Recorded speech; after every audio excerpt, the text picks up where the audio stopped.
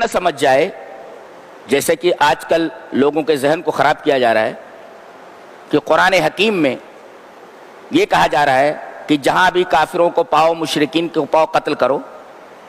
لوگوں کے ذہنوں میں یہی ڈالا جا رہا ہے.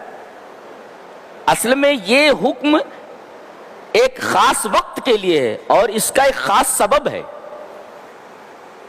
مکہ والوں کے ساتھ جو مسلمانوں کا عہد و پیمان ہوا تھا، ان لوگوں نے وہ عہد و پیمان توڑ دیا تھا جی. ایک اور ایک خاص وقت میں ان کو قتل کرنے کے لیے کہا گیا. کب؟ فَإِذَا انْسَلَخَ الْأَشْهُرُ الْحُرُمُ، جب حرام کے مہینے گزر جائیں فَاقْتُلُوا الْمُشْرِكِينَ، تو مشرکین کے قتل کرو. تو یہ مشرکین خاص ہیں جنہوں نے عہد کو توڑا ہے، اور یہ وقت بھی خاص ہے. جب حرام کے مہینے گزر جائیں تب ایسا کرو.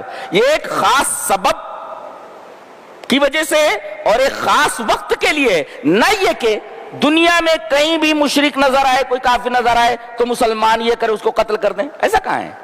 ایسا تو کہیں نہیں ہے. اس لیے کہ اگلی آیت اس کی تردید کرتی ہے کہ کہیں بلوا ہو جائے، کہیں فساد ہو جائے اور کوئی مشرک، کوئی کافر تمہارے درمیان موجود ہو تو اب جہاں پاؤ تہاں قتل کرو. یہ تو تمہارے ہاتھ میں آ گیا. کیا کہا جا رہا ہے؟ وَإِنْ أَحَدٌ مِّنَ الْمُشْرِكِينَ اسْتَجَارَكَ فَأَجِرْهُ حَتَّى يَسْمَعَ كَلَامَ اللَّهِ ثُمَّ أَبْلِغْهُ مَأْمَنَهُ. کہا جا رہا ہے کہ کوئی مشرک پناہ طلب کرے تم سے تو اسے پناہ دے دو، اپنے گھر میں رکھو، اس کو کھلاؤ پلاؤ، فَأَجِرْهُ، اسے پناہ دے دو. یہ دیکھو، اس لیے کہ اگر وہ معنی لے لیا جائے جو پھیلایا جا رہا ہے تو اگلی آیت اس معنی کی تردید کر رہی ہے. اگر جہاں پاؤ وہاں قتل کر دو تو یہاں تو کہہ رہے اسے پناہ دے دو. اور حتیٰ یسمع کلام اللہ، یہاں تک کہ وہ اللہ کے کلام کو سنے. اگر اللہ کے کلام کو سن کر کے مسلمان ہو جاتا ہے تو فبہ، بہت اچھی بات ہے. ثم ابلغوا ما منع، نہیں مانتا تو امن کیمپ میں پہنچا دو.